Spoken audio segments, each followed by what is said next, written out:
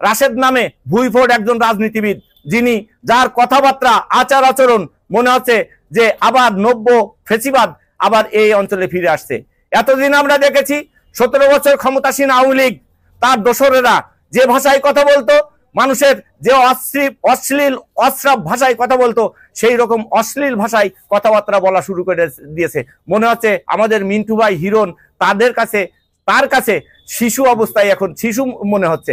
এরা যদি আগামী দিন কোনো অবস্থাতে রাষ্ট্রীয় ক্ষমতায় যায়, এদেশের রাজনীতি, গণতন্ত্র, শিষ্টাচার এবং মানুষের ভোটের অধিকার আর দেবে বলে আমার মনে হয় না।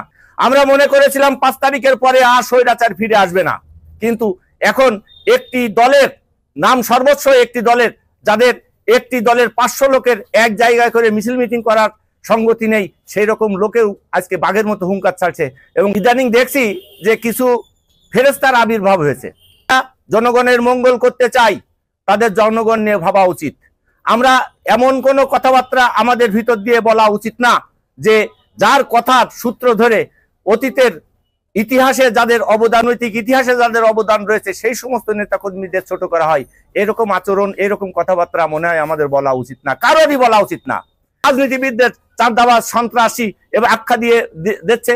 অতীত দিনে স্বৈরাচার বিরোধী আন্দোলন সংগ্রাম যখন আমরা করেছি, নিশ্চয়ই আমার পাশাপাশি আপনারাও দেখেছেন সেই সমস্ত লোকের এই ঝিনাইদহের পদচারণা ছিল না।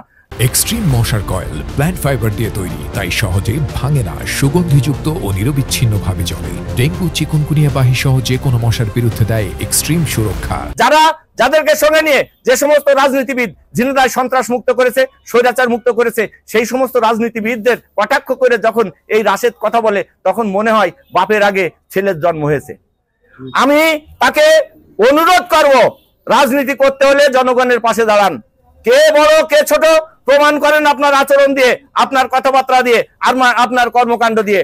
আপনি এমন কোনো আচরণ করেন না যে আচরণের কারণে রাজনীতিবিদরা তাদের সুনাম ক্ষুণ্ণ হয়। সমস্ত রাজনীতিবিদ যে ভালো আমি সে কথা বলছি না, কিন্তু সমস্ত রাজনীতিবিদ যে খারাপ সেটা উনি যে ভাষায় কথা বলছেন তাতে মনে আছে রাজনীতিবিদ শূন্য করে উনি এক নায়কতন্ত্র এই ঝিনাইদহে কায়েম করতে চান।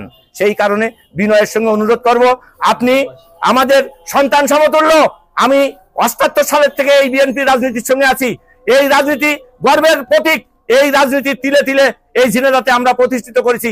সেই রাজনীতিকে ছোট করে ব্যঙ্গ করে কথাবার্তা আপনি যদি বলেন, এরপরে আমাদের ইদানিং আমি দেখতে পাচ্ছি ফ্যাসিস্ট হওয়ার পূর্ব লক্ষণ কি জানেন? সাংবাদিক নেতা কর্মী যদি আপনাদের বিরুদ্ধে সেই রকম কথাবার্তা বলে, তখন কিন্তু একটা সংঘাতময় পরিস্থিতি তৈরি হবে, যার দায়িত্ব আপনার নিতে হবে। আপনাকে বিনয়ের সঙ্গে অনুরোধ করব, এই সমস্ত কথাবার্তা, লাগামহীন কথাবার্তা এবং এই সমস্ত আচরণ হ্যাডম দেখানো বন্ধ করবেন। আপনি কেউ না ঝিনাইদহ, যদি আপনি ঝিনাইদহ বিএনপি মনে করে যে আপনি বিএনপির আঘাত দিয়ে কথা বলছেন, বিএনপির নেতৃবৃন্দ ছোট করে কথা বলছেন, এই ঝিনাইদহ হাজার হাজার লক্ষ লক্ষ নেতাকর্মী আপনাকে কিন্তু চুমো খাবে না।